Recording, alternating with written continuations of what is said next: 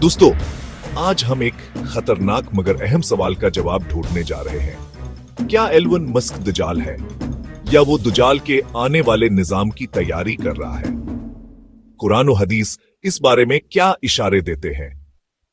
कुरान में दजाल का जिक्र नाम के साथ नहीं आया, मगर इसके फितनों के बारे में अशारे और अलामात मौजूद हैं।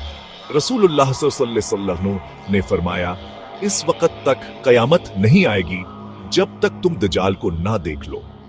दजाल एक इंसान होगा, एक आंख खराब और अभरी हुई होगी, इसके पास जिन्नत और जहन्नम जैसे फितने होंगे। आज दुनिया की मईशत, मीडिया और टेक्नोलॉजी पर चंद ताकतवर लोगों का कंट्रोल है।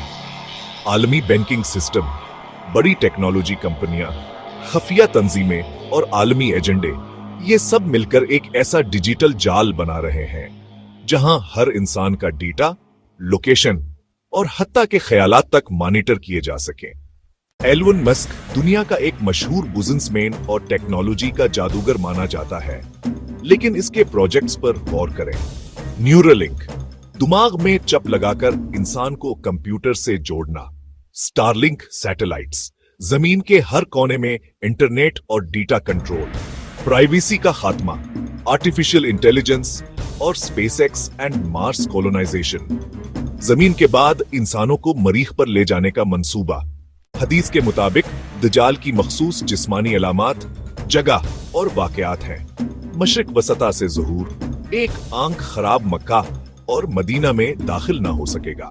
एलोन मस्क इन अलामात पर पूरा नहीं उतरता, इसलिए वो असल दजाल नहीं है, लेकिन इसकी टेक्नोलॉजी दजाली निजाम का हिस्सा बन सकते हैं।